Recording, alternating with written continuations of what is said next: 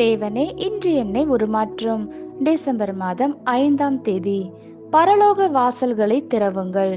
நீதிமொழிகள் 8:34. என் வாசற்படியில் நித்தம் விழித்திருந்து, என் கதவு நிலையருகே காத்திருந்து, எனக்கு செவி கொடுக்கிற மனுஷன் பாக்கியவான். ஜெபத்திற்கு இதனை விட சிறந்த விளக்கம் இருக்க முடியாது.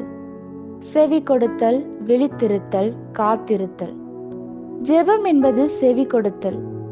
ஜெபம் எப்படியாவது அவரது கவனத்தை கவர அவரை வார்த்தையினால் துளைத்தெடுத்துகிறது அல்ல. அது எத்தனை தவறு! ஆனால் நாம் ஜெபிக்க செல்லுவதே அவர் நாம் வந்து ஜெபிக்கும்படி நம்மை அழைத்ததினால்தான். அவருடைய அழைப்பிற்கு மென்மையான மறு உத்தரவு அளித்த பின் இப்போது நாம் கவனமாய் அடுத்த நடவடிக்கைக்கு முன்னேற வேண்டும். தேவனுக்கு செவி கொடுப்பதில் இருந்துதான் வல்லமையான ஜெபம் துவங்குகிறது. வேத வசனம்தான் அவரது சத்தம். வேதத்தை கேளாதபடி தன் செவியை விலக்குகிறவனுடைய ஜெபமும் அருவருப்பானது.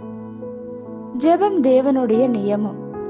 தேவனை தாக்கி இறுதியில் நமக்கு வளைந்து கொடுக்க வைக்கும் ஆயுதம் அல்ல. தேவனை ஒருவரும் தாக்க முடியாது. எனவே நாம் சரியாக ஜெபிக்க அவரே நமக்கு கற்றுக் கொடுக்க வேண்டும். நாம் செவி கொடுக்க வேண்டும்.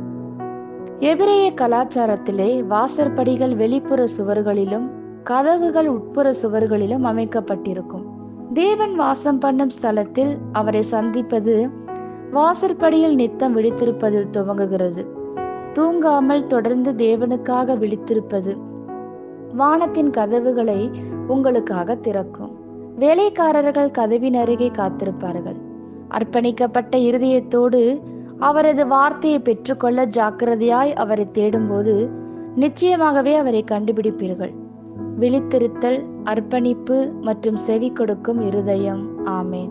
இந்த வார்த்தைகளினால் நீங்கள் ஆசீர்வதிக்கப்பட்டீர்கள் என்று நாங்கள் நம்புகிறோம்.